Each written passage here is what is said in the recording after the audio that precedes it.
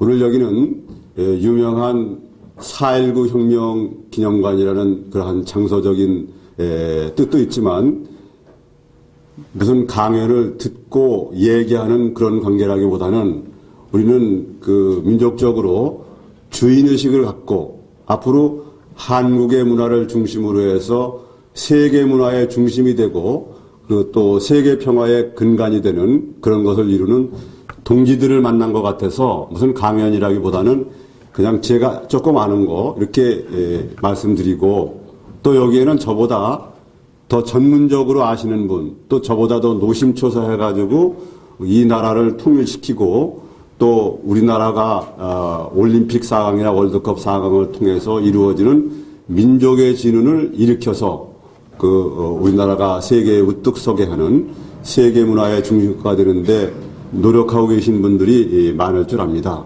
그래서 그런 분들을 앞에 두고 얘기하는 건 외람된 점이 많은데 하여튼 국학원의 요청이 있어서 사실 여러분들을 뵙고 싶어서 나왔습니다. 저에 관한 소개를 책을 보고 하는데 아까 승법을 하고 어떻게 국사에 관한 책을 썼느냐. 제가 국사에 관한 책은 지금 이 반만년 대륙민족의 영광사라는 책하고 사국시대 신비왕국 가야 그리고 일본의 임나일본무서를 뒤엎는 일본의 야마대 정권이 우리 가야의 분국이었다. 이런 것을 중심으로 해서 일본어로 출판한 것이 있습니다. 가야를 알면은 일본의 고대사를 안다. 그런 책이죠. 그리고 요번에 어저께 나왔습니다. 붉은 악마의 원조 치우천왕 이렇게 썼는데 아까 소개하시는 분이 상법을 하고 어떻게 국사에 관한 책을 썼느냐 이런 말씀을 하는데 이런 것들이 모두 인연의 도리인 것 같습니다. 우리가 살아가는 것, 이 삼천대천 세계가 모두 인연과보의 원리에 따라서 되는데 저보다 좀 앞서서 먼저 가신 저와 똑같은 전공으로 보면 똑같은 분이 한 분 계십니다. 그분이 누구냐면 지금 103살 되셨나? 유명한 최태영 박사님이십니다. 그분이 서울법대, 저도 대학은 서울법대를 나왔는데 강의는 경기대학 하지만 그분이 상법을 가르쳤습니다. 그리고 보다 못해서 우리나라 역사를 바로잡기 위해서 지금 2세기를 살면서 나라의 바른 역사를 가르치려고 애를 쓰십니다. 그리고 책도 많이 쓰시고 그랬지만은 특히 기억할 만한 일은 우리나라 국사학계의 태도이지만 또 4대 식민사학의 태도인 이병도 박사와 친구였습니다. 이병도 박사가 4대 식민사학의 거두로서 우리나라 역사를 바르게 가르친 것도 있지만 그 4대 식민사학의 뿌리를 대성대리한 그런 잘못에 관해서 많은 사람들이 얘기를 했습니다. 국사편찬위원회에서도 얘기하고 또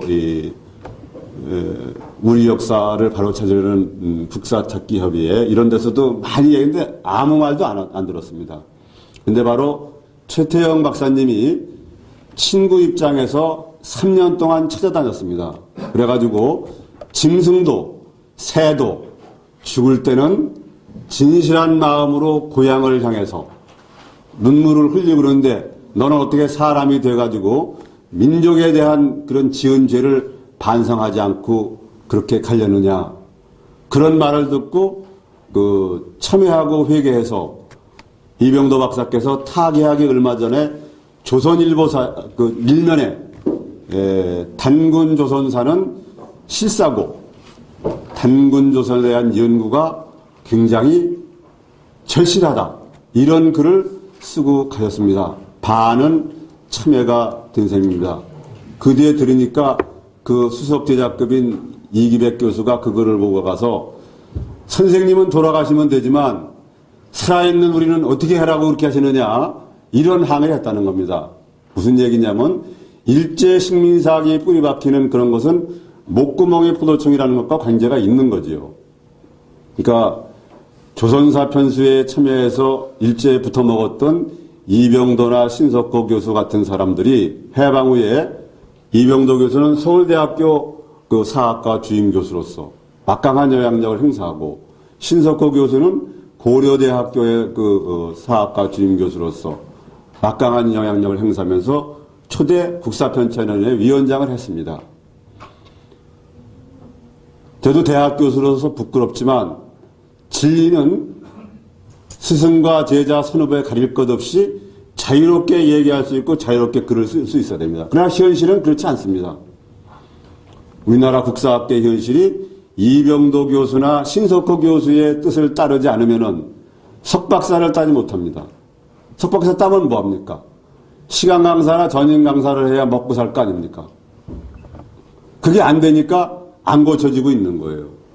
그래서 이런 최태영 박사님이 걸은 길을 저는 사실 동아일보사 기자라는 것으로 한 10여 년 하다가 자유언론 투쟁하다가 박정희 독재 정권 안에서 잘렸지만 역사 기록을 한 경험은 조금 있지요. 그러나 하여튼 이 다른 전공의 학문은 그 나름대로 하면 되는데 국사학은 국사학자의 점유물이 아니고 더구나 우리나라와 같은 경우에는 너무나 잘못되어 있기 때문에 그 4대 식민사학자들이 쓴 역사책을 보면은 분노를 일으키고 우라통을 터뜨리는 사람이 한둘이 아닙니다.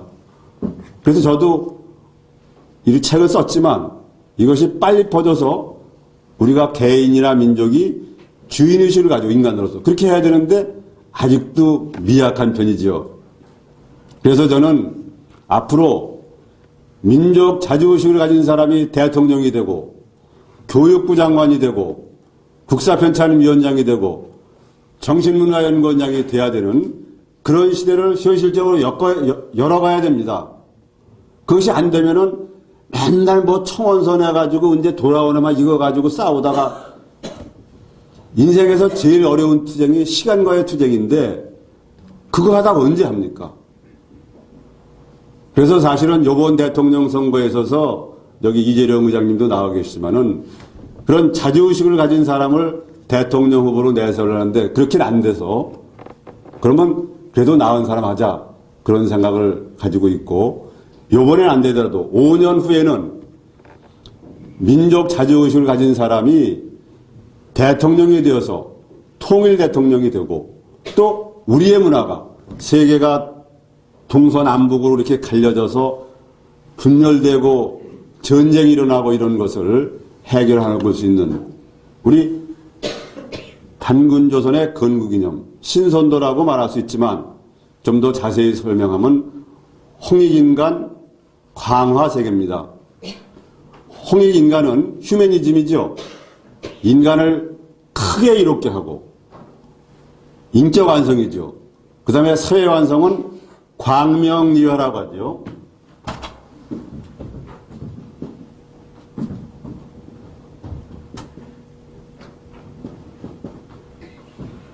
홍익인간이라고만 해도 되지만 광명리화다 이렇게 하면은 그냥 무슨 이치를 쓰는 것 같습니다. 그래서 세계라고 붙인 세계. 그럼 너무 길지요. 그러니까 흔히 이화세계라고 하고 저도 이화세계라고 했습니다. 근데 여기서 제가 제안하는 것은 앞으로는 광화세계라고 하는 게 좋겠다. 그런 생각을 합니다. 이 어둠을 헤치고 빛, 태양을 상징하고 우리 태양족이니까. 바로 그렇기 때문에 이 중앙청의 정문이 광화문인 것입니다. 그리고 이번에 월드컵 싸움에서도 바로 이 광화문을 앞에서 그런 전광판을 그런 현대적인 초현대적인 걸 다 합쳐서 그런 월드컵 사광이라는 신화를 창조한 거지요. 그래서 앞으로는 그렇게 홍익인간이라는 개념을 쓸 때 홍익인간 광화세계로 했으면 좋겠다. 다 쓰려면 광명리화세계인데 물론 같은 뜻이긴 하지만 이렇게 다가오는 게 다르니까요. 우주의 본체는 의식, 마음이고 그것은 빛입니다. 그렇기 때문에 이것은 간단한 문제가 아니니까 제가 말씀을 드리는 겁니다. 그래서 최태영 박사님 같은 저와 똑같은 그런 길을 선배님이 계셔서 제가 가기에 외롭지 않았다. 이런 말씀을 드리고 싶습니다.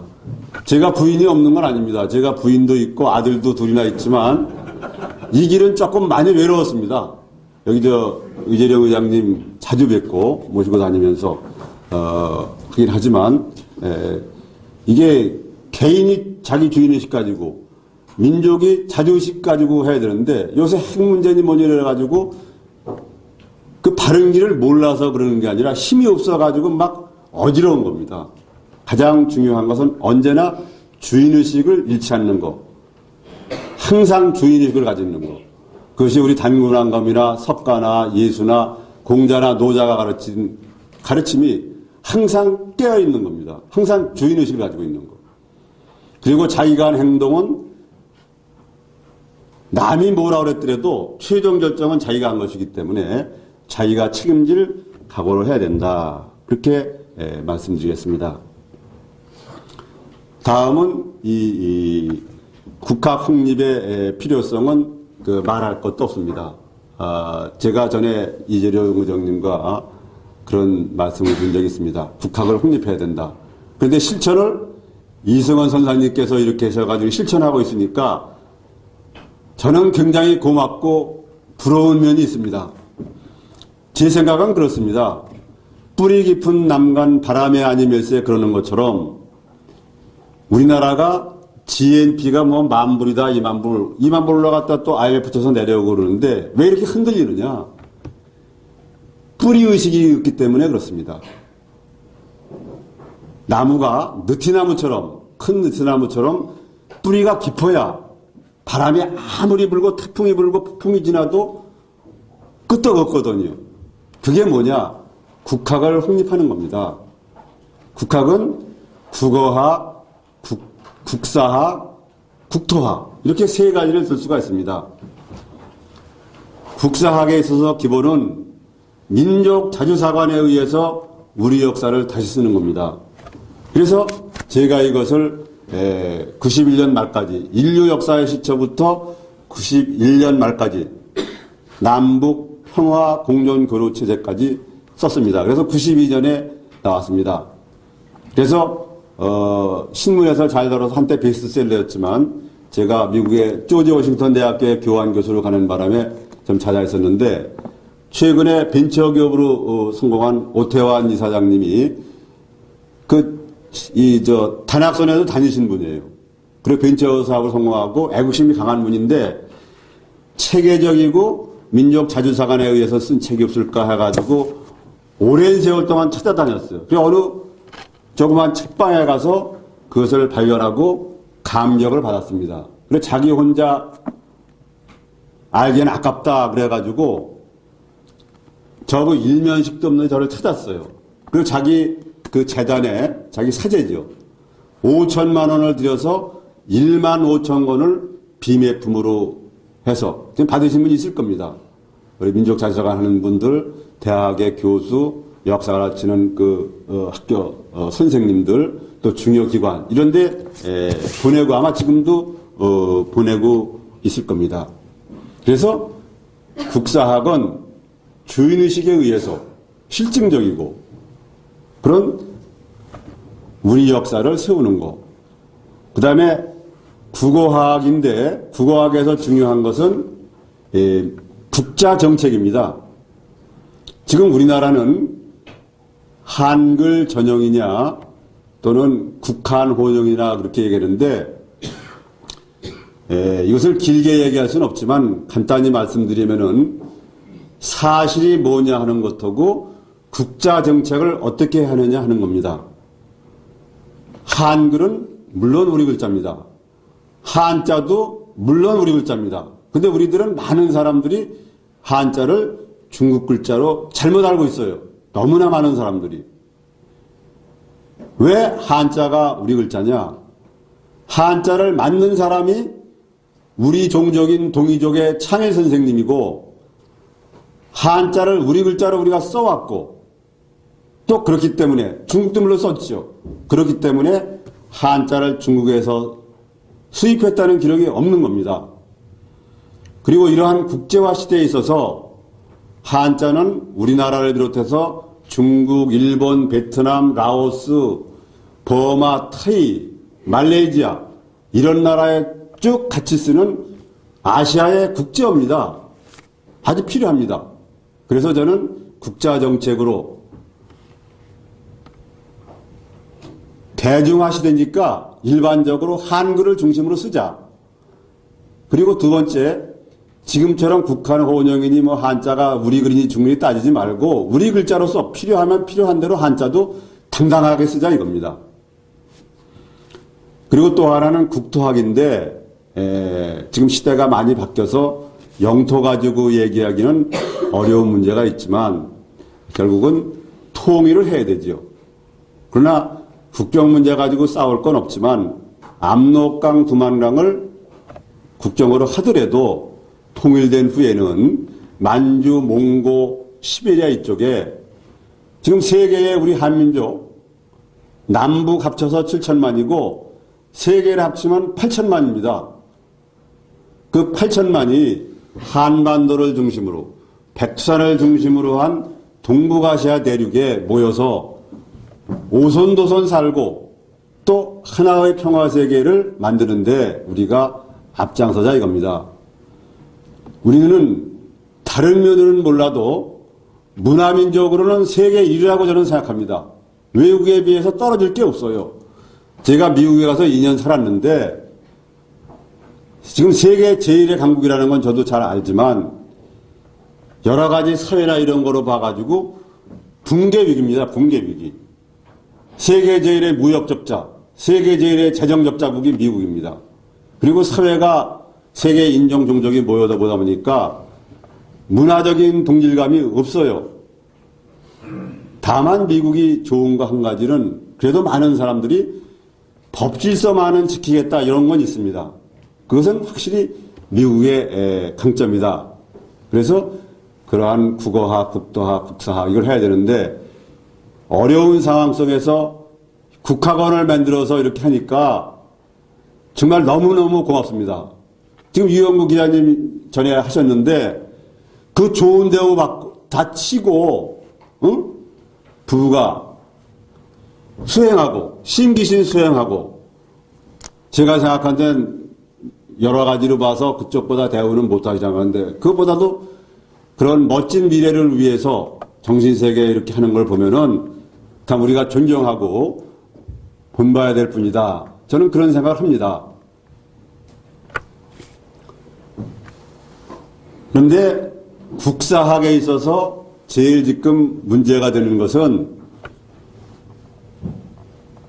제가 하나 되는 한국사에서 이렇게 해가지고 민족국가의 최초로서 우리 민족의 시절부터 단군조선을 100페이지 정도에서 복원을 했습니다.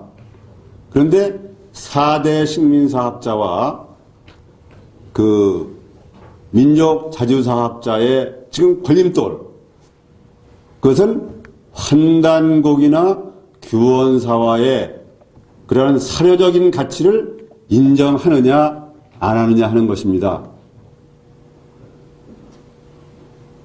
예를 들면 강단사학자 중에 조인성 교수님이나 송호정 교수님이나 이런 사람들을 내세워서 그 4대 식민사학하는 원로 교수들이 앞에 나와서 글을 쓰게 하고 있죠. 그것은 기본적으로 환단고기는 연구도 안 해보고 위서로 몰아가는 겁니다.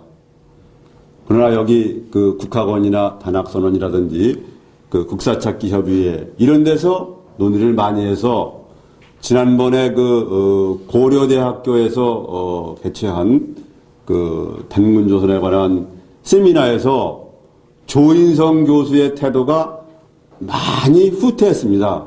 그 제목이 환단고기는 미서가 아니고 환단고기에 관한 몇 가지 의문점 이렇게 후퇴를 하면서 자기에게 잘못이 많이 있을 줄 안다. 응?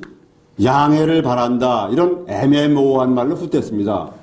왜냐 그러면은 후일에 민족자주사관이 서고 그런 역사가 남북을 통일해서 모두에게 받아들이면은 이병도, 이기백, 조인성 이런 사람들은 민족 배반자로 낙인 찍힐 겁니다.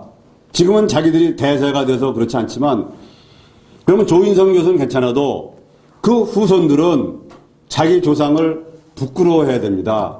아마 이건 제 순전히 주관적인 추측이지만 그런 영향이 있는 것 같습니다. 그리고 대한민국의 그러한 공공기관인 문화관광부 이런 데서 단군 왕검을 역사적인 실존 인물로 이렇게 한 것을 그런 책자를 봤습니다. 그것은 사실 많은 분들이 이렇게 애를 써서 굉장히 발전한 거다. 그런 생각을 합니다. 그래서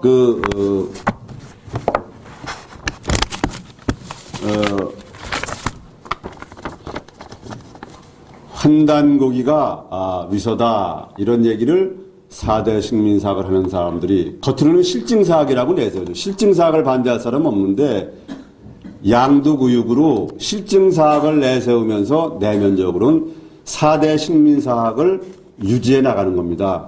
그 사람들은 막후에서 또 자기들이 장악한 그 사학계에서 언론을 통해서 그것을 계속 하고 있는 겁니다. 저는 환단곡이나 규원사화가 전부 진실이라고 말할 수는 없어도 그것이 사료적인 가치는 분명히 있다고 생각하는 겁니다. 그래서 지난번에 그 KBS 역사숲에서 나온 것을 4대 식민사학을 하는 사람의 한 분이라고 생각하는 송호정 교수가 한국일보에 글을 썼기 때문에 제가 그 반론을 썼습니다. 그랬더니 글에 대한 반론은 안 쓰고 제야사학자가 세 부류가 있는데 별 볼 일 없는 것들이다. 이런 식으로 폄하를 했어요. 학자라는 사람이.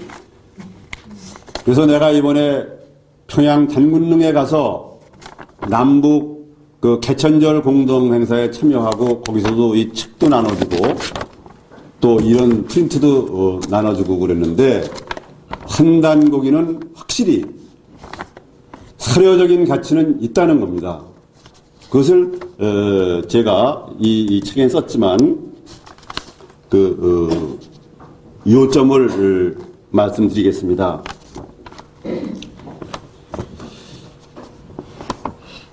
첫째는 환단곡이 등장 이전에는 밝혀지지 않았던 발해 3대왕 문왕 대흥무의 연호가 환단곡이에서 대흥이라고 기록되어 있는 바, 이것은 1949년 중국 길림성 활용현 용두산에서 출토된 정여공주 묘지 비문에서 문왕 대음무가 자기 존호를 대흥 보력 효감윤 금륜 성법대왕이라 하고 불법의 수호자로 자찬돼서 드러나 환단고기가 사료로서 가치 있음이 과학적으로 실증되었다.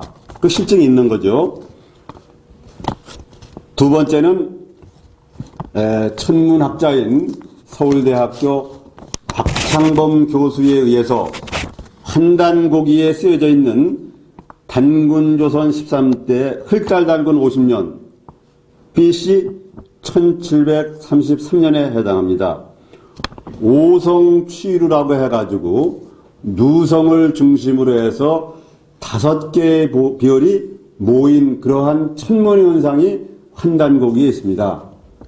그것을 박창범 교수하고 두 분인가 그 천문학자들이, 과학자들이죠. 자연과학자들이 연구를 해서 그것이 사실이었다는 것을 입증해낸 겁니다.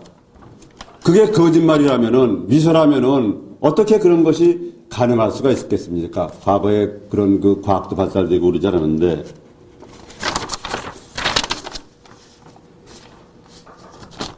셋째는 고구려 유장 이정기가 중국 중동부 시북의 주에 대제라고 합니다. 요새는 그 흔히 평로치청이라고 하는데 큰 나라를 세웠습니다.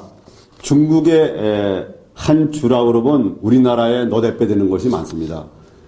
그 중국의 동중부를 다 포괄하는 아주 거대한 나라였습니다. 4대 58년간 다스린 기록이 한단국이라고도 그러죠. 대진국 본기에 처음 나오는데 이것에 대해서 우리나라의 강단사학자 어떠한 사람도 관심도 안 가지고 연구도 안 해보고 중국의 25사도 하나도 연구 안 했습니다. 그것도 누가 찾아내고 입증한지 아십니까? 예, 김병호라고 국제기관에서 일하시던 분인데 그분이 고구려를 위해라는 책을 썼습니다.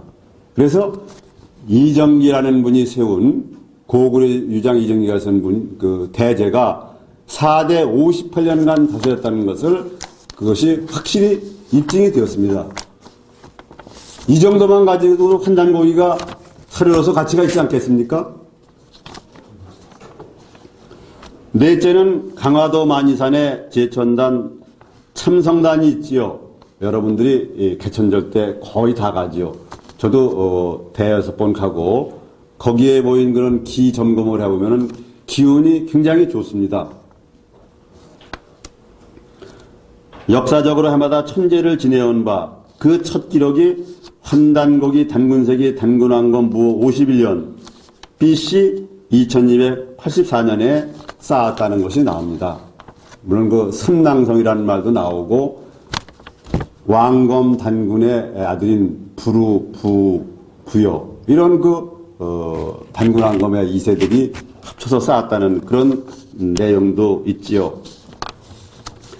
만이산 참성단은 지금도 우연히 그 자태를 빛내고 있으며 서울올림픽과 전국체전 성화채취의 기본 성지가 되고 있다. 그런데 강단사학자들은 그게 가짜라고 얘기하는 겁니다. 공식적으로는 못하지요. 그게 가짜라면 918계단을 쌓아서 쌓은 참성단을 가서 보고 그게 거짓이면 거짓이다. 언제 개축했으면 개축했다. 이걸 얘기했는데 그것의 증거성을 인정을 안 하는 겁니다. 가보지도 못하죠. 안 하는 게 아니라 못할지도 모르죠. 민족 조상 앞에, 민족 앞에 죄를 짓고 무슨 면목으로 갈 수 있을까? 이런 생각도 해봅니다. 그 사람들 마음은 다 다르지만. 다섯째는 단군조선의 실제를 보여주는 곳으로 평안도 평양 근처 강동현에 있는 대박산.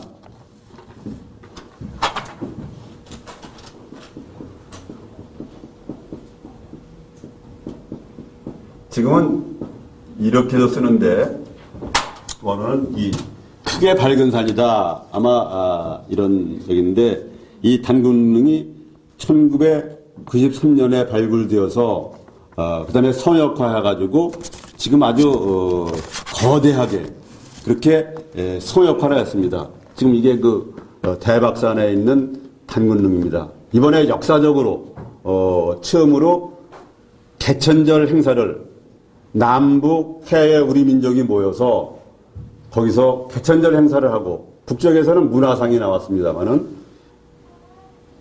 그리고 같이 어울려서 춤도 추고 그렇게 좋을 수가 없어요. 감격스러운 거죠. 여기에서는 왕과 왕으로 보이는 유골이 발견되었으며 북한은 단군릉을 거대하게 재축조하여 성역화하였다. 그리고 1926년 동아일보와 조선일보가 모금운동을 하여 평양 강동현 단군릉을 보수하고 해마다 제사를 올린 바 있다. 과거에 기록이 있지요. 물론 여기에는 몇 가지 점이 있습니다. 과거에 북쪽에서는 지금처럼 단군을 그렇게 모시는 자세는 아니었습니다. 그러나 지금은 굉장히 모시고 있죠.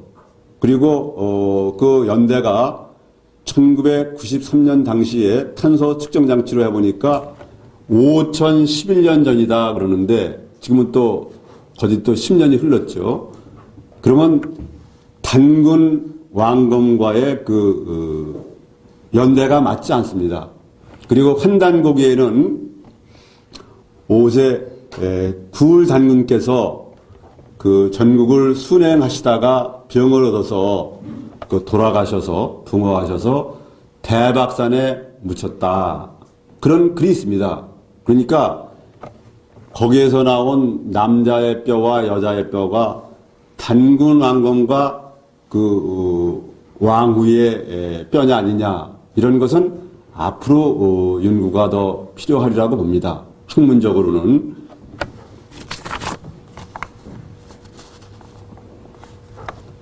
여섯째는 환단고기 태백일사 고구려국 본기에는 장수왕이 즉위하자 근흥이라는 연호를 사용한 기록이 보인다. 근흥 연호는 1915년 충북 충주시 노은면에서 출토된 불상의 광배명에서 나타나고 있다. 이 고구려 불상에는 근흥 5년 세제병진이라는 명문이 새겨져 있는데 한때 백제불상으로 간주되기도 했다.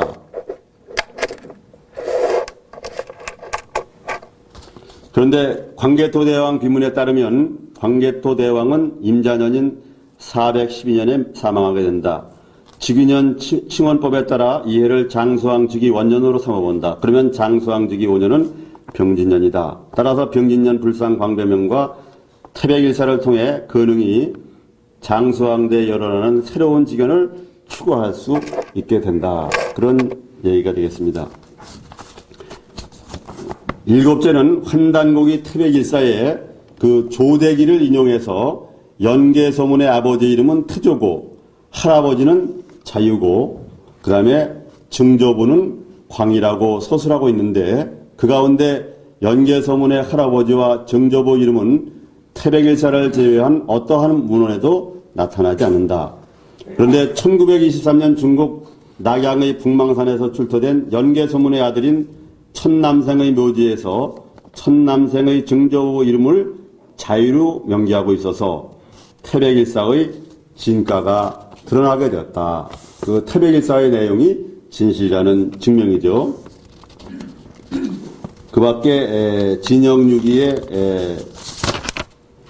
나오는 얘기도 있고, 그 다음에 아홉 번째는 실증사학을 내세운 4대 식민사학의 거도 이병도 박사가 과거에는 단군을 신화적인 존재로 몰다가 친구인 제야사학자 최태영 박사와 국사찾기 협회의원들의 우정 있는 충고를 받아들여 참여하고 단군은 이 단군 왕검입니다. 단군이라는 것은 사실 왕호, 황제 이런 칭호지요. 실존의 우리 국조이며 역대 왕조가 단군 제사를 지내왔으나 일제 때 끊겼고 삼국사기 이전의 환단고기 등 고기의 기록을 믿어야 한다고 1986년 10월 9일자 조선일보 일면 머리에 그 머리 기사에 쓴 사실이다. 단군조선의 역사적인 사실과 환단고기를 믿으라고 이병도 박사가 그렇게 쓴 것이죠. 4대 식민사학자들은 이 점에 유념해야 할 것이다. 열 번째는 이런 긍정적인 면보다는 소극적인 측면으로 볼 때 환단고기가 위서라고 하려면은 실증사학을 한다면은 육하원칙, 언제 어디서 누가 무엇을 왜 어떻게 위서를 만들었는지 그것을 입증해야 됩니다. 위서라고 주장할 게 아니라. 근데 지금까지 그것이 육하원칙에 의해서 위서라고 입증한 사람이 하나도 없는 겁니다. 그냥 자기들이 목구멍이 포도청이니까 대학에 그 사건을 장악하고 있으니까 그렇게 주장하면서 밥 잘 먹고 빌어먹고 살면서 민족 자주사학자들이 바로 서가지고 바로 잡힐 때 그럴 때는 슬슬 피해가지고 그때는 또 이런 그 자기들이 책을 민족 자주사학자인 양 그렇게 쓸 것입니다. 제 짐작입니다. 이러한 것으로 봐서 적어도 제 생각으로는 물론 제 생각에 부족한 점이 있을지 모르겠습니다만 환단곡이나 규원사화가 적어도 전부 옳지는 않을지 몰라도 그 사료로서 가치는 확실히 있다고 생각하고 4대 식민사학자와 민족 자주사학자의 싸움에서 우선 그런 부분은 학문적으로 꺾고 새로 꺾고 들어가야 민족 자주사관이 우리나라에 확립돼서 통일 후에도 우리가 제정신을 갖고 오손도손 살 수 있지 않느냐 이런 생각을 합니다. 요번에 평양에 가서 느낀 한 가지는 북한의 최고 국사학자가 손영정 박사인데 연세가 아마 80을 넘으셨을 겁니다. 그분의 아들이 지금 남쪽에서 변호사를 하고 계신 걸 알았는데 그분이 그 규원 사화에 관한 사료적인 가치 그걸로 요번에 발표를 하셨습니다. 그러면 저쪽은 제대로 자주사학을 하고 있나? 그 특별히 얘기할 게는 전혀 없었습니다만은 근데 그 손영정 박사님은 규원사화는 사료로서 확실히 가치가 있다고 하면서 어떤 이유에선지 환단고기는 부분적으로는 옳지만 전체적으로는 사료로서 가치가 없다는 얘기를 했습니다. 그래서 그 얼마 전에 여기서 송호정 교수 다녀가고 또 이 4대 식민사학자들도 많이 다녀가기 때문에 그런 영향을 미친 것이 아닌가. 그래서 조선역사학회 허정호 회장님한테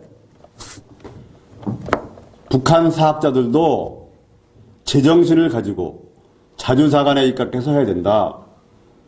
내가 이 책을 특별히 이 책을 이번 6권 가져가서 그 묘영산인의 이런 국제친선관을 안내하는 사람 사학자 뭐 그 북쪽의 대표인 유미영 여사 그 위에 최고 책임자까지 6권을 다 나눠주고 이거는 여러 사람에게 나눠졌습니다만은 확실하게 연구를 해가지고 환단고기가 사료로서 가치가 있다는 것을 입증하든가 아니면 아니라는 것을 확실하게 해라. 제가 그렇게 얘기를 하고 왔습니다.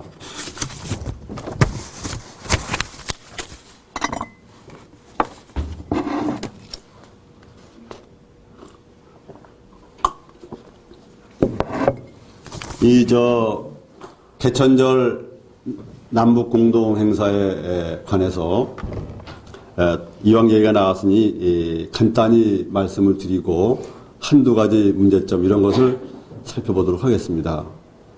이 민족주의 진영에서 여러 차례 개천절 남북공동행사 하려고 여기 이재룡 의장님 여기 와 계시지만은 남쪽에서 국제사를 하려고 몇 해 전부터 그렇게 했는데 그게 잘 안 되다가 이번에 비로소 그렇게 됐습니다.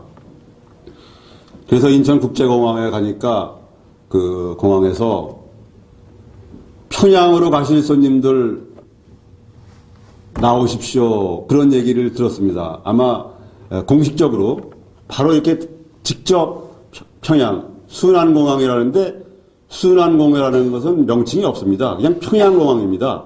지역이 순안이지. 그래서 1시간도 안 걸려서 그렇게 해가지고 타고 갔지요.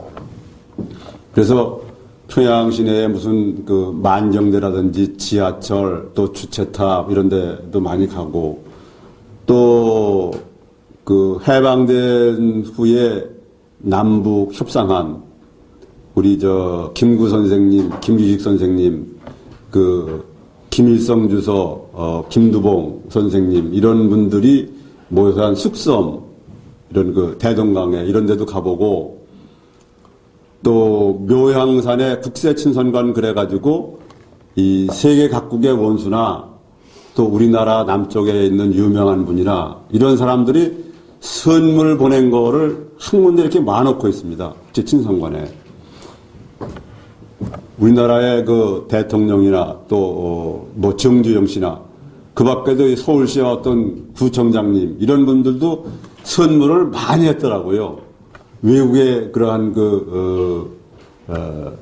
원수들도 많이 했고 그리고 거기 이제 묘영산 그 보현사도 보고 또 그 묘영산 거기 가면은 우리 단군왕가와 관련되는 단군글이나 이런 또 거기서 단군왕가 화살을 쏟다는 그 천주석도 있고 그런데 시간 관계상 거기 많이 높이 올라가서 거긴 가보지를 못했습니다. 굉장히 아쉬웠습니다.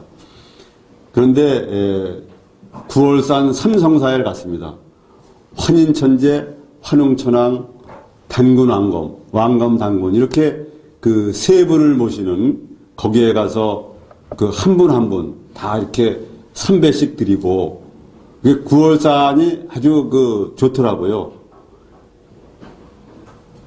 높낮이도 그렇고, 그 기운이 상당히 온화하고 이렇게 감싸 안는, 물론 거기 또 월정사라는 절도 있고 그래서 거기도 가봤지만, 그래서 참, 이게 못 갔다 오신 분들에 대해서는 송구스럽지만, 하여튼, 잘 구경하고 왔습니다.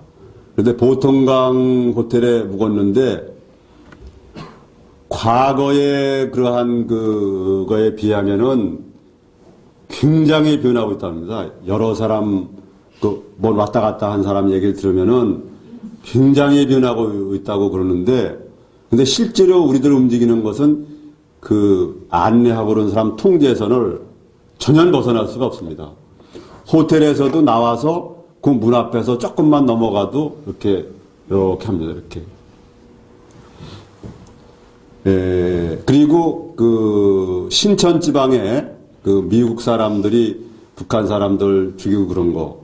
그러니까 반미의 그런 핵심이 될 만한 그런 박물관도 한번 가봤습니다. 그리고 하나의 에피소드를 말씀드리면은 북한을 여러 차례 방문한 교수가 한 사람이 있었습니다. 그분은 거기에 이제 안내원들 중에 남남북녀라고 그래서 물론 남쪽에 더 예쁜 분들이 많지만 남남북녀라고 그래서 안내원들이 예쁜 처녀들이 많이 있습니다. 그래가지고 이 교수가 그 처녀의 사진을 찍어가지고 온 겁니다. 그래서 아들한테 보여줘가지고 어떠냐? 뭐 옛날 같으면 아버지가 결혼하라면 이렇게 할 수 있었지만 요새는 그게 안 되니까. 그러니까 아들이 좋다. 그래가지고 아들 사진을 찍어가지고 북한의 안내원한테 갖다 보여준 겁니다. 이 신랑감은 어떠냐? 좋다. 그래가지고 내면적으로는 결혼에 대한 합의를 봤어요. 그러면 이제 장벽이 있는 거지요. 어디 가서 어떻게 살았느냐. 또 직업도 있어야 되고. 그러니까 저쪽에서 이쪽에 넘어오는 건 아직 어려우니까 이 교수의 판단이 그러면 아들을 평양으로 보낸다. 그걸 추진하고 있습니다. 그럼 평양에 가면은 안내원 우리 이렇게 뭐 약간 감시도 하겠지만 안내하는 사람 보고 평양에 오면은 직장이 있겠느냐. 그러니까 그건 있다는 거예요. 그래서 그게 아마 결과가 나면 신문 기사로 나올 텐데 요새 보면은 신의주 특구가 생기니까 신의주 특구 나가서 살면 되고 또 조금 있으면 개성 특구 생기면 개성 특구에 가 살아도 되고 또 경의선 되고 동해선, 경원선 이런 거 복원되면은 처음에는 좀 제한이 있기 때문에 물자 사람 왔다 갔다 되면 그게 통일입니다. 지금 여러 가지 어려운 문제로 제2차 세계대전 이후 분단계 5국 중에 4개는 다 통일됐습니다. 우리만 남아있습니다. 베트남, 독일, 오스트리아, 예멘 다 통일됐습니다. 형태는 다르지만 우리만 남아있습니다.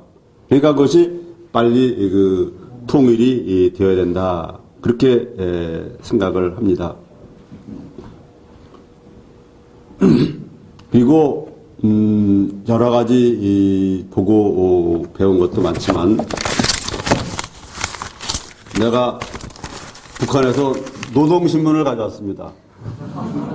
제가 1975년대에 자유언론 투쟁을 박정희 독재정권하에서 또 그 후에 전두환이 뭐 이렇게 해가지고 지독한 군사독재하에서는 숨도 못 쉬고 그러는데 이런 걸 가지고 있으면은 요새 쉬운 말로 작살났겠죠. 그래서 우리가 한 것도 보도되고 그러니까 보니까 전부 김일성 아니면 위대한 영도자 김정일 동지예요. 이거 보고서 우선 느낀 게 전직 기자로서 느낀 게 신문 만들기가 아주 쉽겠구나. 기사가 간단해요. 전부 앞에 위대한 김일성 동지 아니면 위대한 김정일 동지 이렇게 써놓고 그 다음에 요점만 저기 하는데 그래서 개천절 단군 행사에 관한 것도 하고 그러는데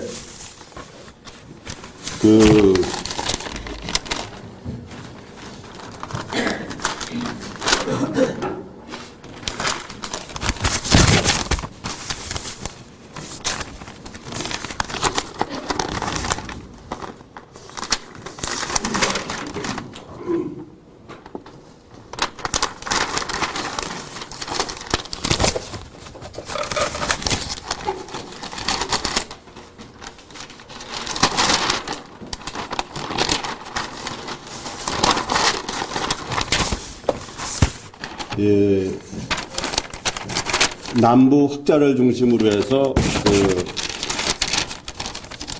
학술 토론회를 공동으로 개최했습니다. 얘기할 기회도 안 주고 질문할 기회도 안 주고 그런 문제가 있었지만 어쨌거나 그 남북 역사학자들의 공동 학술 토론회 공동 보도문이라는 것을 냈습니다. 그것은 여기 단군학회하고 북쪽에 조선역사학회 양쪽인데 여기에 보면은 두 가지 점에서 좀 문제가 있습니다.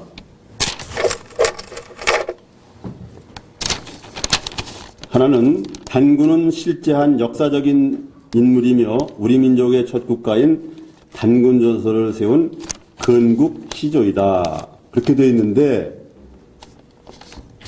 물론 이것은 단군 안검이라는 것을 속으로 생각하고 했지만 그러나 이런 역사적인 문장은 정확히 써야 되는 겁니다.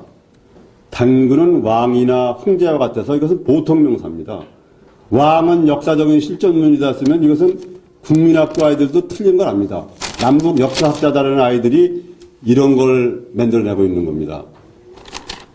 그리고 지적을 해줘도 못 알아들어요. 단군학회에 있는 교수가. 그래서 내가 참 통탄을 했는데 그래서 내가 그 조선역사학회 허정호 박사님에도 그걸 지적을 해줬습니다. 그리고 또 하나는 북쪽의 단군 왕검능도 그냥 단군능으로 되어 있습니다. 그건 여기 같으면은 예를 들면 뭐 정능, 홍능 이렇게 뭐가 이름이 붙어 있었는데 그냥 왕능이다 그런 거와 마찬가지입니다. 그건 국가적으로 수치이기 때문에 조용하게 위에 보고해서 그것을 고치도록 하라. 그것이 내 의견이다. 이런 얘기를 해주고 있는데 하여튼 이렇게 대외적인 역사적인 것을 할 때는 여러 면으로 검토를 해서 해야 된다. 이런 생각을 합니다. 둘째는 우리 민족은 유구한 역사를 가진 단군 민족이며 우리는 삼국유사를 비롯한 여러 사서들의 고조선의 중심지가 평양이라고 하는 기록을 중시한다. 이렇게 되어 있습니다. 이것은 좀 기회주의적인 표현입니다. 단군 조선시대의 수도를 4번이나 옮겼습니다. 제가 알고 있기로는. 그런데 그 중에 하나가 평양인 것은 사실입니다. 그러면 단군 조선시대의 수도가 평양이었다든지 아니었다든지 사실을 말해야지 중시한다는 게 무슨 뜻입니까? 이거는 기본적으로 물론 제 마음에 따라 중시할 수도 있지만 북한은 우리가 알고 있는 상식과는 좀 다르게 세계의 4대 문명지가 있지 않습니까? 인도, 이집트, 나일, 그다음에 유프라, 티그리스강, 황하 거기에다가 대동강 문명을 넣어서 세계 5대 문명의 발상지라고 그렇게 얘기합니다. 물론 인류의 시초가 400만 년 정도 됐다고 보는데 지금까지 일반적으로는 아프리카의 흑인 오스트랄로피테쿠스가 최초다 이런 얘기를 합니다. 그런데 그 중심지가 아시아로 옮겨오고 있다니까 이 한반도에도 400만 년 전부터 사람이 살 수 있었을 가능성이 있습니다. 또 현대 과학에서 첫널림을 하지요. 아시는 분이 있는지 모르겠는데 외계의 생명체와 첫널림을 합니다.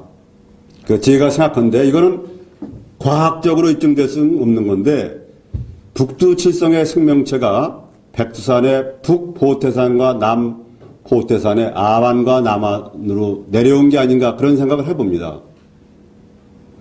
포태한다는 게 아기를 벤다는 그런 게 아닙니까? 백두산에 가면 북포태산, 남포태산이 있습니다. 천경비기에 그런 기록도 나옵니다. 그래서 그런지 그건 과학적으로 입증이 더 돼야 되지만 우리나라나 일본은 전부 제사 지내거나 그럴 때 전부 백두산을 향해서 제사를 지냅니다. 그리고 이 관을 덮을 때 특정 종교를 가진 사람들은 안 그렇지만 우리는 칠석판을 덮습니다. 칠성판을 덮습니다. 그것은 우리의 생명의 뿌리가 북극성이나 북두칠성 쪽이 아닌가 그런 생각을 해보는데 어쨌거나 이런 것은 중시한다 아닌다 해가지고 저쪽은 그걸 과학적으로 더 검토해봐야 될 문제니까 그러면 대동강 문명이 5대 문명의 하나라든지 아니면 단군조선의 중심이 평양이었다든지 해야지 뭘 중시한다는 게 무슨 소리입니까? 조금 학자적으로 그 나름대로 정치적인 생각이었는지 모르지만 이러한 문제점이 다소 있었다는 것을 지적을 해둡니다.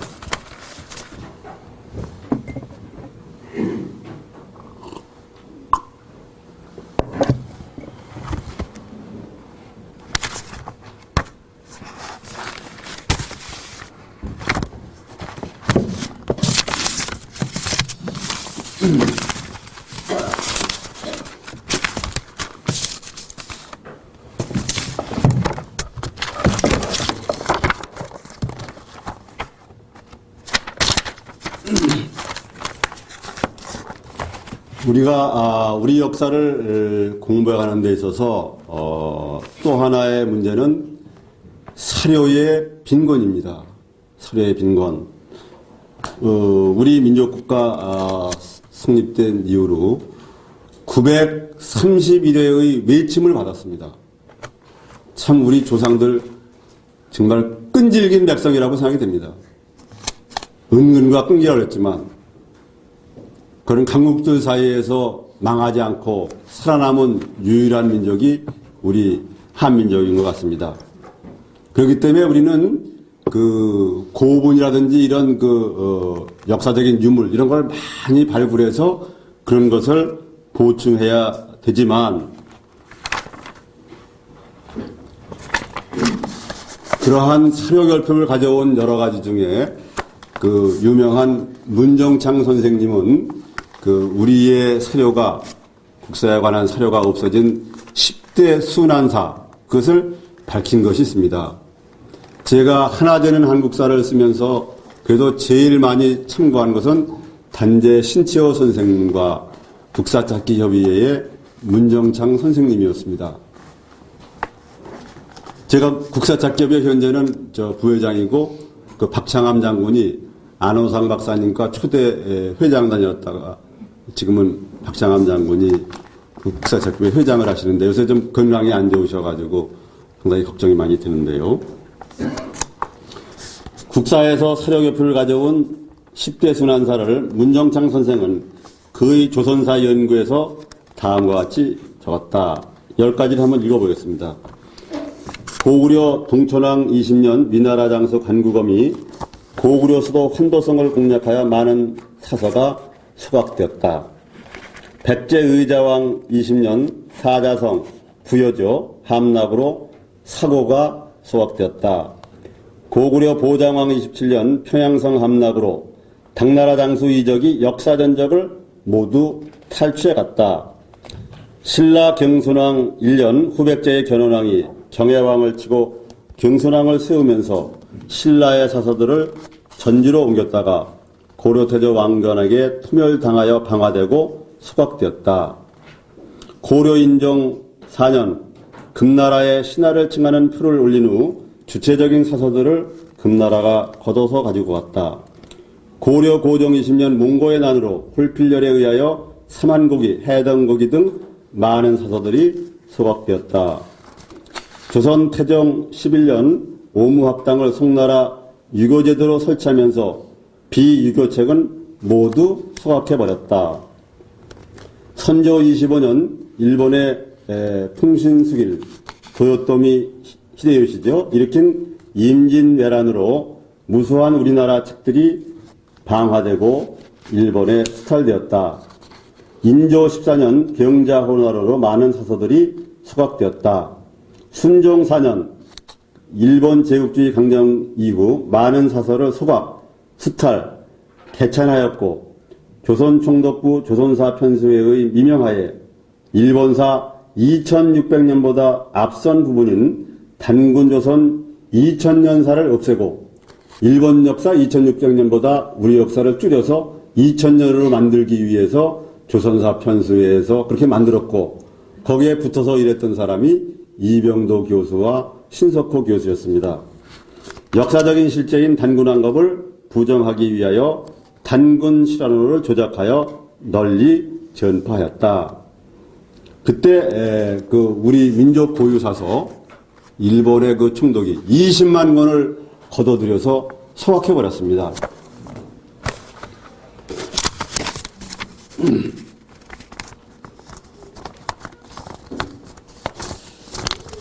그러면은 우리 민족의 그러한 건국이념, 민족국가는 최초로 단군조선이지만 단군조선은 부족국가들이 전부 연맹을 맺어가지고 민족국가를 이루는 건데, 그런 여러 개 부족국가 중에 가장 대표적인 것이 배달국이었습니다. 환웅천황에서는 배달국, 단국이라고 부르죠.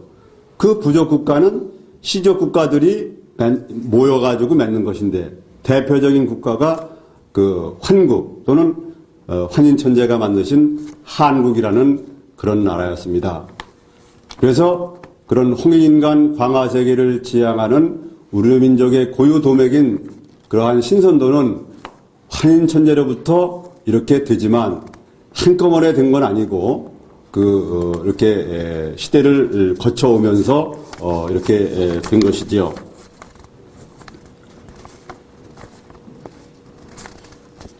그러한 것이 가장 그래도 삼위신고 이런 거와 함께 확립된 것이 배달국 5대 천황인 태우의 천황입니다.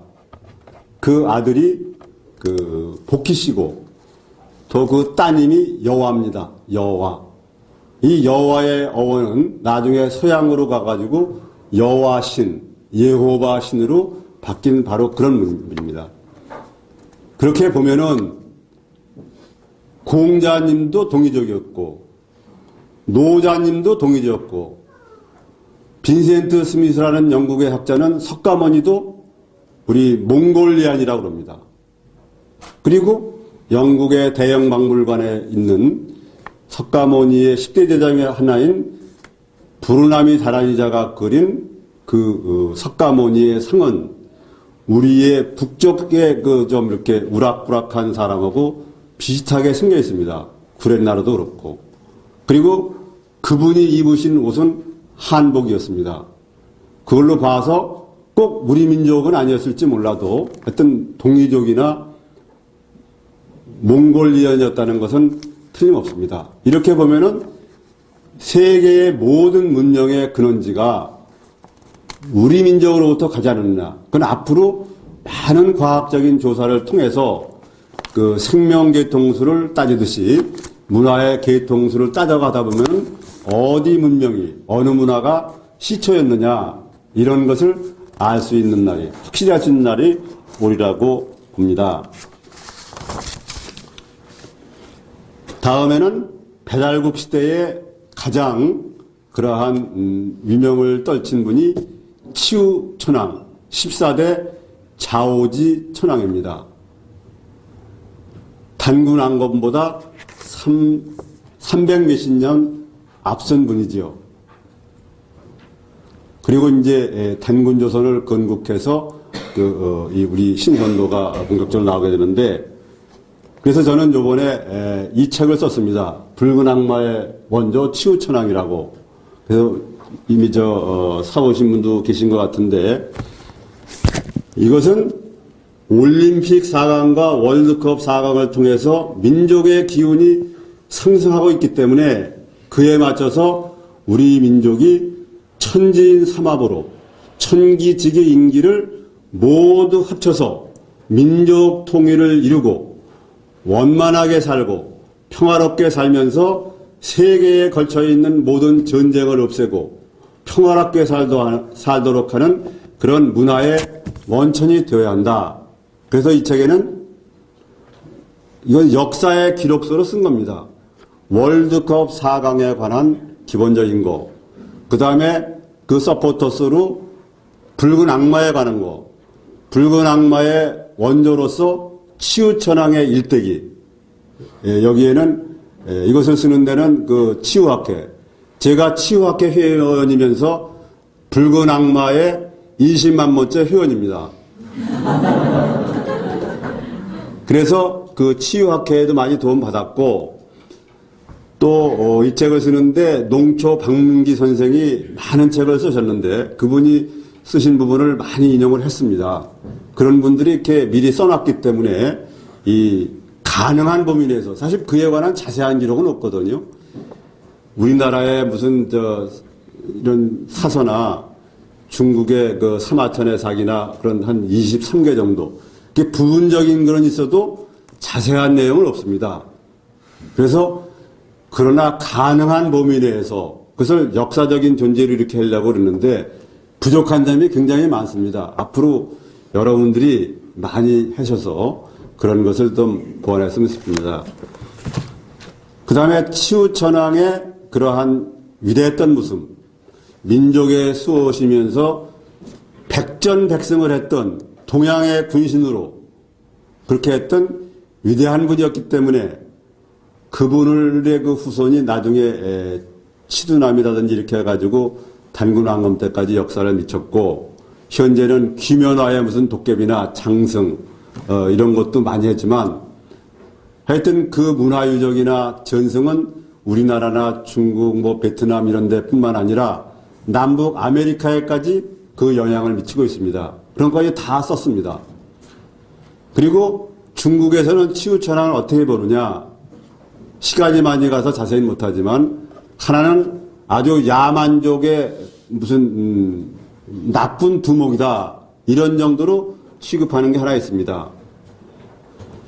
또 하나는 최근에 와서는 바꿔서 저희들이 자기들의 조상을 황제라고 그러는데 황제 말고 또 염제와 함께 치우도 자기들의 조상이다. 그래서 그 특록대전이라는 곳이 있었는데 거기에 특록에 삼조당이라는 걸 지어서 지금은 황제와 염제와 치우를 같이 자기들이 위대한 조상으로 모십니다.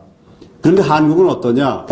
여기 자세히 썼지만은 유명한 우리의 이어령 선생님이라든지 김지아 선생님이든지 학계의 무슨 교수든지 또 어느 대학 교수는 방송에 나와서 제가 들었는데 중국에 관한 그 공부를 하는 분 같은데 옛날에 아주 치우란 나쁜 놈이 있었다고 이렇게 얘기해요. 그건 중국에서 그렇게 몰던 것을 뭐가 뭔지 모르고 그냥 답습해서 하는 겁니다. 자기 조상인지도 모르고. 이런 것이 한국의 현실입니다. 그래서 그런 치우천왕에 관한 착각도 쓰고 다음에는 붉은 악마라는 개념은 워낙 좋은 게 아닌데 신에는 음신과 양신이 있고 귀신과 명신이 있습니다. 붉은 악마는 애칭으로 써서 지금은 굉장히 다가오지만 개념 자체는 명신으로 쓰는 것이 더 승화된 겁니다. 그래서 붉은 명신의 부활 그렇게 해가지고 이런 여러 가지 좋은 민족의 진운을 살려서 또 월드컵 4강을 이룬 인물, 그건 전 국민이 합쳐서 된 거지만 선수 대표로서 홍명보, 그 다음에 감독 히딩크, 붉은 악마 회장 신인철, 축구협회 회장 정몽준, 뭐 이런 사람들을 이렇게 내세워서 특히 그 신인철 회장 같은 붉은 악마의 회장은 참으로 기대가 되는 그런 젊은이라고 생각을 합니다. 그런 사람도 써주고, 그리고 우리는 이런 신선도매, 홍인간, 광화세계 이것을 생명과 연관시켜보면은 한 생명 상생체라고 봅니다. 우리는 절대자인 한 생명으로부터 나온 개체 생명으로 양생을 하죠. 지감조시 금촉하는 심기 신공을 해서 양생을 하고 사회생활은 너도 살리고 나도 살리는 상생을 하는 거지요.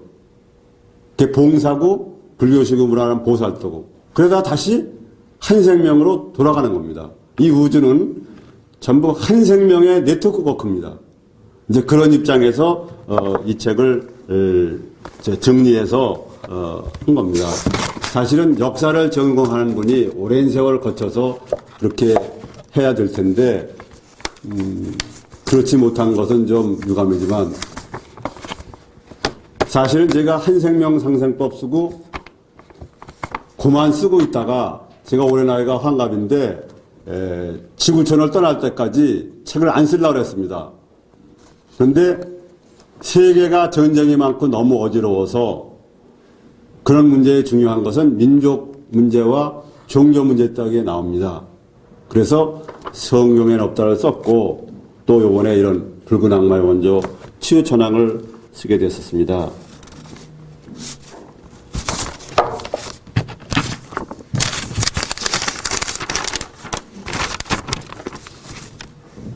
가만있어. 그러면 시간이 30분까지 하고 쉬는 겁니까?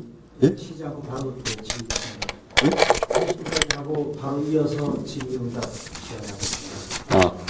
그러면 2시간 계속.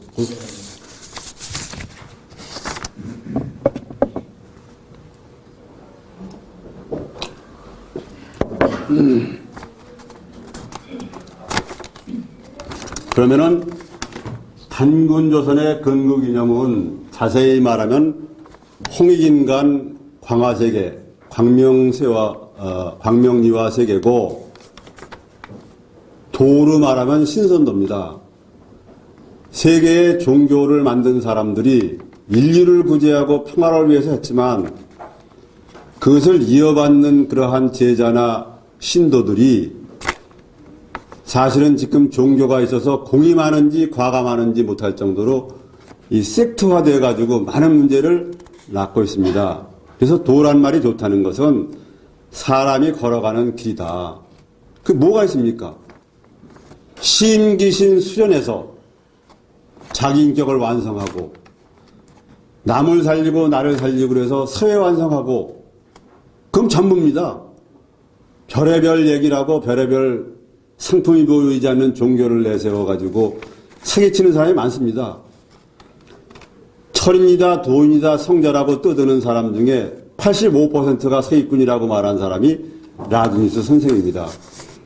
책을 사고 그러는 건 상품이 있습니까? 별로 속지 않습니다. 근데 종교적인 상품은 보이지 않으니까 그 약점을 이용해 사기치는 사람이 많습니다.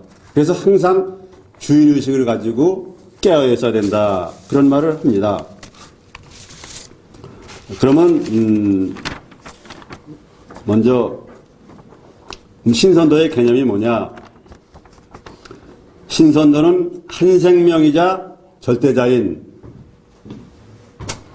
사실 절대를 표현하는 게 신이라는 개념을 쓴 건데 사실 신 개념처럼 애매모호한 게 없습니다. 그 신 개념 때문에 어지러워서 세상이 뭔지 인간이 뭔지 우주를 모르는 그런 사람이 전판입니다. 이 불경 같은 걸 보더라도 마음이란 뜻이 표현되는 마음과 표현되지 않는 마음이 있는데 이것을 마구 쓰니까 수십 년 공부해도 이게 무슨 소린지 그게 또 화두에 걸리면 그게 화두인가 보다 그래가지고 또 얽고 그게 스스로 어지러워가지고 그런데 이 신개념에 걸려서 부자유스러운 일을 걷지 말아야 됩니다. 그래도 절대를 표현한 말이 없으니까 이것은 절대대로 쓴 겁니다. 다른 신개념이 아닙니다. 그런 신이 이런 상대 세계에 멋있게 이렇게 하강에서 내려오는 그런 청정한 그러한 모습, 그것을 선인이라고 하죠. 그래서 그런 사람과 그런 세계로 가는 길이다. 이런 개념으로 신선도라고 썼고 그것이 우리나라 또 사실은 세계의 그런 전통이 될 수 있다고 봅니다. 그래서 절대자인 신이 화현하여 상대자인 선인이 되었으므로 우리 인간이 노력하여 군뱅이가 탈바꿈해서 매미가 되듯 우리가 세속에 사는 인간이 본래 자리인 신선이 되는 길이다. 사실 신선인데 석가모니나 예수 그리스도나 다 좀 큰 신선이라고 저는 생각합니다. 신선도는 인류가 생긴 때부터 시작되어 단군조선 때 크게 인간을 이롭게 하고 광명세계를 이룬다. 홍익인간 광화세계는 그 중심이 되는 이념이 되어 역사적으로 몇 년이 이어온 한민족의 고유문화다. 신선도는 사람이 삼성을 공경하고 환인천재, 환웅천왕, 단군왕검 이렇게 세 분을 공경하고, 종교가 아니니까 믿는다는 말을 안 쓰죠. 대종교 같으면 믿는다고 그렇게 썼을지 모르겠습니다만, 삼경을 배우며 천부경, 삼일신고, 참전계경을 배우며 삼공을 수련한다. 지감, 조식, 금촉, 마음, 기, 몸. 여러분들 다 잘 아시죠? 그것을 공부하는 겁니다. 그것을 생명으로 말하면 양생이 됩니다. 양생. 자기 생명을 기르는 거지요. 그리고 우리가 여러 가지 기부금도 하고 남 어려울 때 도와주고 그러는 그게 봉사 활동이고 또 보살도고 다 그런 거죠. 상생. 수련하여 양생으로 신선이 되고 크게 타인을 살린 그것이 상생 생활인데, 그래서 기쁜 생활을 하게 하고 궁극엔 한 생명으로 돌아가게 하는 것이다. 그것을 귀명이라고 합니다. 돌아갈 귀자, 목숨 명자. 그러니까 자기가 지금 도에 맞춰서 살고 있는지 아닌지를 알려면은 내가 지금 마음이 기쁜가, 늘 기쁜가 아닌가로 보면 됩니다. 기쁜 마음, 블리스 컨셔스네스, 그것이 바로 그 한 마음이고 한 생명인 겁니다. 그래서 평소에 우리는 마음이 도고 들뜨지도 않고 혼침 깔아지도 않고 경안해야 된다. 새털처럼 가볍고 평안한 마음을 가져야 되는 겁니다. 가볍고 평안하지 않은 마음일 때는 뭔가 문제가 있는 겁니다. 그럼 그 문제를 찾아서 해결을 해야지요. 그래서 우리는 심기신을 수련해서 유한자가 한계를 넘어가지고 무한자가 되는 겁니다. 무한자는 어디 따로 없습니다. 신이, 하느님이 다른 별자리에 앉아서 돗자리 깔고 앉아서 세상 지시하는 거 아닙니다. 유한자인 우리 안에 무한자가 있고 우리는 또 그 무한자 안에 들어있습니다. 그래서 우리는 여러 가지 수련을 통해서 한계를 점점 깨버리는 겁니다. 모든 한계를 깨버린 그런 사람들이 석가모니나 종교적으로 보면은 예수 그리스도나 이런 사람들입니다. 노자와 같은 분도 있고. 그래서 결국은 무한자가 되는 것이 목표가 되겠죠. 신선도의 기본 생활 윤리는 충효용신인 5가지요. 화랑의 세소오계라는 것이 이 신선도의 오상입니다. 무슨 원광법사가 특별히 가르쳐 준 게 아닙니다. 옛날엔 선불스팝이 돼서 같이 수행했습니다. 그리고 석가모니 부처도 아지타 선인이나 우드라카, 아라라칼라마 같은 선인들에게 배웠습니다. 무소유 처정, 비비상 처정까지 이 신선들에게 배운 겁니다. 근데 그는 한 단계 더 넘어서 멸진정의 자리에 간 거죠. 그래서 그는 붓다가 됐습니다만은 그 근본은 우리의 신선도에서 다 나간 겁니다. 그 화랑의 세서국에 그게 신선도의 오상이고 기본 윤리다. 이렇게 생각하게 됩니다. 그러면은 시간이 많지 않으니까 요점적으로 말씀드리겠습니다. 신선도의 발자취인데 제가 보기에 우리 역사를 쓰면서 보기에 신선도가 흥한 때는 나라가 흥했고 신선도가 쇠망하면은 나라도 쇠망했습니다. 그것이 대체적으로 본 신선도와 우리 국가 운명의 발자취라고 저는 봅니다. 신선도가 단군조선, 최초 민족국가 단군조선의 건국이념이었는데 신선도가 쇠퇴하자 단군조선 2000년사가 쇠망의 길을 걸었습니다. 우리나라 국가 흥망사는 신선도의 흥망사라고 말할 수 있습니다. 그다음에 그런 그 신선도의 발자취는 여러 가지가 있지만 중요한 것만 골라서 말하면 열국시대 단군조선이 망하고 9개의 국가로 나눠졌습니다. 북부요, 동부요, 졸본부요. 그 다음에 어하라, 최신양남국, 동해매. 그 다음에 남사만, 남변한, 남마한, 남진한. 여기에 남자를 붙이느냐. 단군조선을 삼한으로 나눠서 경쟁을 했습니다. 그래서 열국시대의 삼한을 구별하려면 남자를 붙이지 않을 수 없습니다. 그래서 부여나 이런 데 영고 또 무천 그 다음에 그런 천재를 지내죠. 이 고구려는 동맹이라고 그러는데 이게 누군가의 좀 장난이 들어갔지 않나 그런 생각을 합니다. 워낙은 동명성왕의 이름을 따서 동명이었습니다. 근데 언제부턴가 동맹, 동명. 그러다가 요새 나선 동맹을 더 많이 쓰지요. 그 원천은 동명성왕의 동명이라고 생각합니다. 그 다음에 백제에서는 효천, 그 다음에 남사만이나 가야에서는 계음이라고 해가지고 그런 제사를 지내게 됐죠. 고구려 시대의 조의선인, 신라 화랑의 세소고개, 백제의 무사, 사우라비. 그 사우라비가 일본에 건너가서 사무라이가 됐죠. 사실 일본의 중심 세력은 처음에는 가야, 나중에는 백제가 망할 때 대거로 우리나라를 옮긴 나라입니다. 그래서 일본은 우리의 아우의 나라입니다. 여러 가지 애증관계가 섞여서 지금 복잡하지만 그것도 해결해야 됩니다. 일본과 우리나라는 과거 역사를 돌이켜보면 형제 나라입니다. 우리가 형님이고 일본이 아우 나라입니다. 그런데 지금 여러 가지 갈등이 많죠? 이것은 국가 차원에서 해결해야 됩니다. 우선 살풀이를 해야 됩니다. 어떻게 해야 되느냐?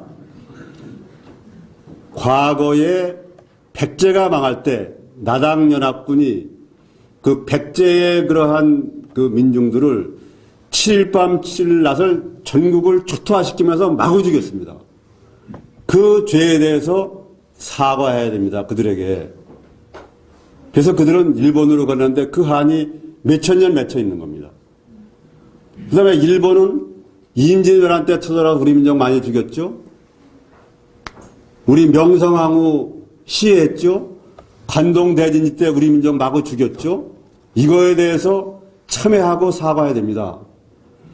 우리나라의 국가원수와 일본의 국가원수가 지난 날에 대해서 서로 참회하고 사과해야 됩니다. 그래야 이것이 근본적으로 풀려진다고 볼 수 있습니다. 그리고 일본의 국가원수는 우리나라 국가원수에 대해서 뭐 동생이 잘 살 수도 있으니까 일본이 잘 살긴 하지만 우리를 형님으로 깍듯이 모여야 되는 겁니다. 그것이 일본의 윤리가 사는 길이에요. 그렇지 않으니까 일본이 이코노미 애니멀이라 해가지고 배척당하고 또 계속 나가면 일본열도 곧 침몰합니다. 그 양심이 회복이 안 되면 일본열도 침몰합니다. 지금 일본 사람들 그래서 오스트리아나 브라질이나 캐나다에 땅 많이 사놓고 있습니다. 그런 것은 그냥 이루어지는 게 아니에요. 삼천대천세계는 인연과보의 원리로 됩니다. 그렇지 않은 게 없습니다.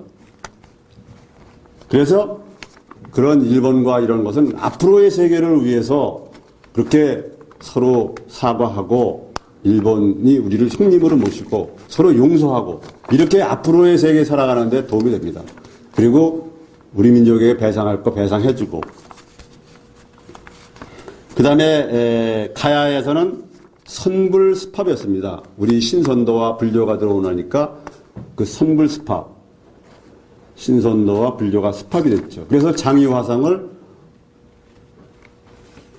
보옥선사라고도 그렇게 말합니다. 그 다음에 우리나라가 옮겨간 중심 일본이 동경대학의 하니하라 가지로 교수가 얘기한 걸 보면 7세기경까지 일본 사람들은 한국말을 쓰고 한국 옷을 입고 한국 음식을 먹었다 그럽니다. 70, 80%가. 그 일본 동경대학 교수가 얘기한 겁니다. 그런데 일본은 그 천신과 국신계열로 나눠집니다. 하늘천자 치는 신. 일본이 하늘나라로 모시는 것은 전부 우리나라입니다. 천신은 한반도에서 간 거예요. 그리고 일본 지방에서 나온 신은 나라 국자 쓴 국신입니다. 그리고 맞지리를 많이 하잖아요. 제사를 많이 하거든. 신도에서. 그 맞지리가 뭐냐? 신을 맞으리. 신 맞이하는 제사입니다. 맞지리가 별게 아니에요. 우리 그 여러 가지 천재 지내는 거 그대로 본따서 하는 것 뿐입니다. 근데 그런 쪽으로 신도는 일본이 발달돼서 신불습합이 되어 있죠. 일본은. 물론 인간과 물론 사람들 가운데는 이건 절대자로서의 신이 아닙니다. 영이랄까 심령 그런 신개념 다른 의미의 신개념으로 볼 때 우리 인간과 관계에서 엑스타제와 포제션 두 가지가 있죠. 포제션은 신이 우리에게 접하는 거. 이렇게 빙의가 되면 고통스러워하고 그 접신으로 가면은 아주 자기 정신을 뺏겨서 이렇게 하는 경우도 있고 이런 건 조심해야 되죠. 근데 자기가 신적 지위에 나가는 거 그것이 엑스타제죠. 살아있는 그대로 황홀한 경지에 가는 거. 하여튼 신불습합. 그 다음에 고려로 넘어와서 고려는 3대 국가정책으로 불교를 내세웠지만 신선도도 그에 못지않게 내세웠습니다. 그래서 국가의 큰 행사가 연등회와 팔관회입니다. 연등회는 불교, 팔관회는 우리 신선도 행사였습니다. 그래서 그런 신선도를 종교적으로 고려시대는 왕검교나 천신교라고 했습니다. 그리고 그 왕들은 늘 해마다 만이산 첨성단에 가서 천재를 지난 것으로 알고 있습니다. 특별히 얘기할 것은 그 묘청의 대위국 건설입니다. 옛 땅을 담을하기 위해서 신선도를 확장하기 위해서 금국 정벌론과 칭제 건원론을 내세우면서 대위국을 건설했지요. 그래서 단재 신채원 선생은 우리 역사 1000년 내에 최대의 사건이다. 그렇게 얘기를 했습니다만 그러나 바로 그 4대 식민사학의 거두 삼국사기를 쓴 김부식에 의해서 그러한 꿈이 무산이 됐죠. 다물할 기회를 놓친 거죠. 그리고 고려 원정 때 라마불교가 들어와서 크게 번지면서 원나라 세력을 엎고 우리 고유한 신선도를 탄압하기 시작했습니다. 그때부터 또 한번 우리 신선도가 크게 꺾인 거죠. 그래서 그런 신선도를 닦던 사람들은 산으로 운동하고 그리고 사람이 살아가는 데는 치병, 치재, 이렇게 재기나 병을 물리치고 그러니까 일부는 무속으로 가고 그렇게 해서 이게 점점 힘을 잃고 사대주의 세력이 집권한 일시조선으로 넘어가게 되는데 고려 시대에도 영토적으로 신선도맥을 펼치고 영토를 회복할 수 있는 기회가 3번 있었습니다. 하나는 윤관 장군이 구성을 쌓고 했을 때 그걸 계속 지키고 넓혀 나갔으니 그렇지 못한 거. 또 요양성의 유익이라는 그런 평장사가 그걸 우리나라에 바치겠다고 그랬는데 정부가 똑똑지 못해서 받지 못한 거. 그리고 또 하나는 우리 이 위대하신 최영 장군께서 다물하기 위해서 갔을 때 이성계가 위화도에서 회군한 겁니다. 우리 역사를 다물할 수 있는 기회를 놓친 거죠. 그 위화도 회군은 요새도 좀 문제가 되는 것 같습니다. 남북 간의 이런 또 경제 개발을 해서 신의도 특구를 만들려고 그러는데 위화도가 있어서 그런지 그게 또 다시 원상 회복되는 것 같아요. 위화도 회군처럼.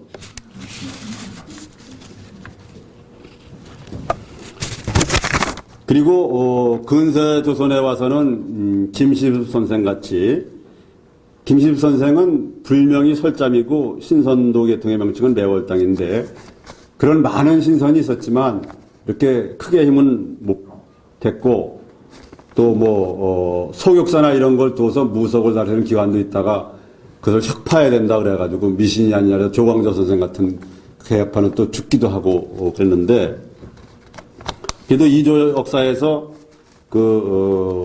다물과 관련돼서 보면은 이증옥 씨가 대금을 세웠었다는 거, 또 효정께서 임경합 장군과 함께 북벌론을 주장해서 담을 하였다는 거. 근데 우리 역사에서 보면은 이 민족 자주적인 생각을 가지고 있는 사람들이 외세를 끌어들인 사람에 의해서 죽는 경우가 많아요. 사대주의자에 의해서. 이성계에 의해서 최영 장군 돌아가시고, 김자점에 의해서 임경합 장군 돌아가시고, 현대사에 있어서도 물론 사람에 따라서 정치적인 견해가 다를 수 있지만 강대국을 업은 이승만은 대통령이 됐고, 자주적인 생각을 가졌던 김구 선생은 어떤 사람의 총탄에 사라지고, 이러한 풍토가 완전히 사라져서 우리 개인이, 우리 민족이 자주의식을 갖고 사는 그런 시대가 와야 된다, 그렇게 생각을 합니다. 현대에 와서는 근세에 여러 가지 민족 종교가 나오기 시작했죠. 또 독립운동 이런 거라면서 나철 선생의 대종교, 또 증산교, 천도교 이런 것도 많았고, 현대에 들어와서 대정교라든지 국선도, 바로 여기 단학선언. 저도 신선도라는 법인체를 가지고 심기신 수련하는 도장을 한 1년 남짓 운영하다가 IMF 터지고 그러면서 그 돈을 댄 분이 돌려달라 해서 좀 쉬고 있습니다만은. 왜 웃으십니까? 하여튼, 예?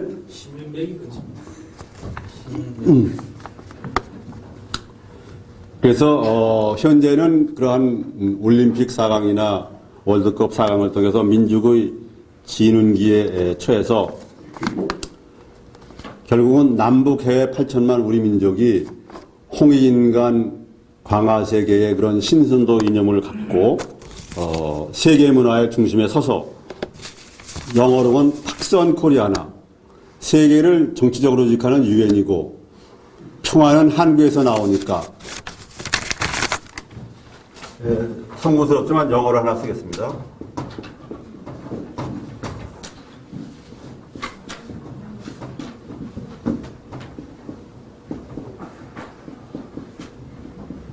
팍스온 코리아나, 문화는 한국의 문화를 중심으로 하고 세계 조직은 유엔을 중심으로 하는, 이것이 나중에 완전히 평화로운 세계가 되려면 세계 정부로 바뀌어야 됩니다.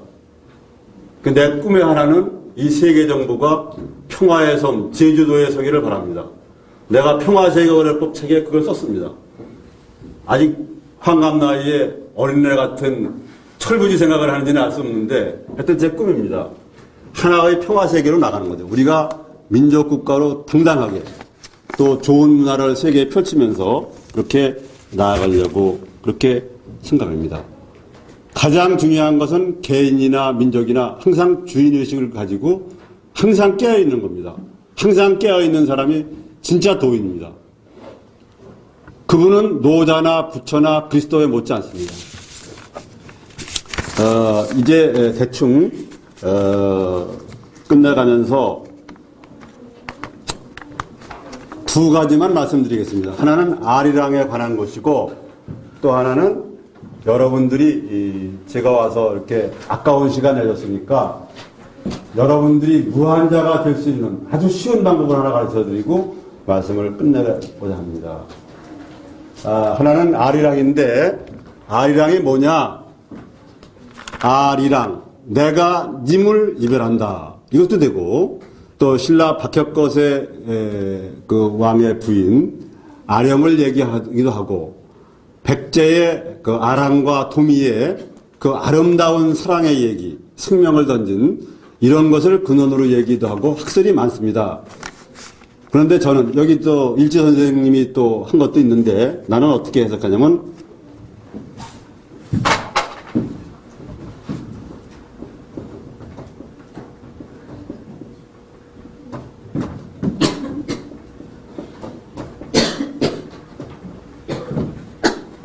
우리는 그 생명이나 영으로 봤을 때 하나의 알입니다. 씨알이고 한 알이고 한 알입니다. 항상 그 절대자의 신, 한 생명, 우주 생명과 함께 있는 거, 그게 알이랑입니다. 알이랑. 누구랑 같이 있다고 그러죠? 알이. 우리 하나하나가 모두 하나님이고 부처님이고 절대자의 겁니다. 자기 내면에 있기 때문에. 그래서 알이랑 알알이요. 알이랑 고개로 넘어간다. 나를 버리고 가는 님은 심리도 못 가서 발병난다 그러죠. 그 근본을 떠나면 다 병나고 죽지요. 아리랑 알알이요. 그 다음에 가자 어서 가자 백두산덜미의 회점으로 간다. 그것은 우리가 항일 독립운동을 할 때 백두산 천지는 민족의 우리 백성들 마음의 고향이었습니다. 평화의 고향이고 통일의 고향이었습니다. 그래서 가자 어서 가자 백두산덜미의 회점으로 간다. 갈 길이 바쁜 거지요. 또 하나는 진리에 관한 얘기인데 불교에서 진리가 뭐냐 칠불 통계라고 그래가지고 역사적으로 보면은 석가모니 부처는 7번째 부처입니다. 그 앞에 가섭불이 있고 구리손불 그래가지고 그 7 부처가 똑같이 가르치는 그러한 가르침을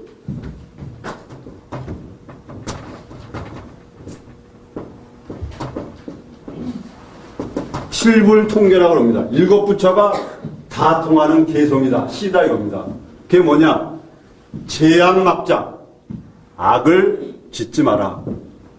중선봉행. 여러 선을 봉행하라. 악을 짓지 말고 선을 행하라는 겁니다. 자정기의. 시제불교. 자정기의가 이 모든 부처들이 성자들이 가르치는 가르침이다. 그게 뭐냐?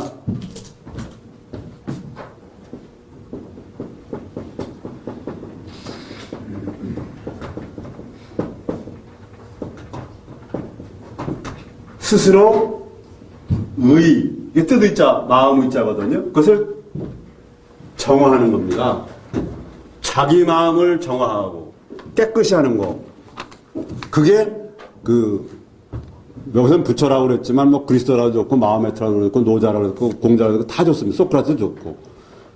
그런 성자들이 가르치는 기본은 이 자기 마음을 깨끗이 하는 겁니다. 가볍고 편안하게 하는 거. 그것이 기본이다. 그것이 내 인생을 지금 잘 살고 있나 못 살고 있느냐. 그거에 대한 기준도 됩니다. 그러면은 우리는 기본적으로 개의식, 의식이 본질적인 존재고 의식이라는 면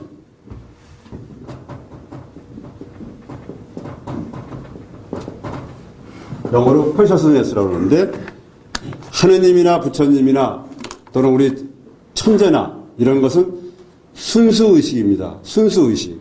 그것이 우주의 본체입니다. Pure Consciousness라고 합니다. 그러면 우리가 세상 살아가는데 심기신중의 마음 공부가 있는데 마음 공부의 가장 기본은 관찰입니다. 관형찰색이라고 그러죠. 형태를 관하고 그 색을 살핀다. 그런데 명상 방법, 세계의 성자들이 가르치는 공통된 그러한 가르침은 명상 메디테이션입니다. 명상, 묵상, 선, 좌망, 심재 뭐 이렇게 표현은 다르지만 모든 성자가 가르치는 기본적인 것 자정기의 그거는 가장 쉬운 말은 관찰하는 겁니다. 그냥 관찰만 하면 좋은데 우리는 자기의 습관에 따라서 어떤 것은 욕심내고 어떤 것은 거부하고 어떤 것은 분별 판단을 내립니다. 그래서 거기에 애증이 생깁니다. 미워하고 좋아하는 게. 그게 고통의 근원입니다.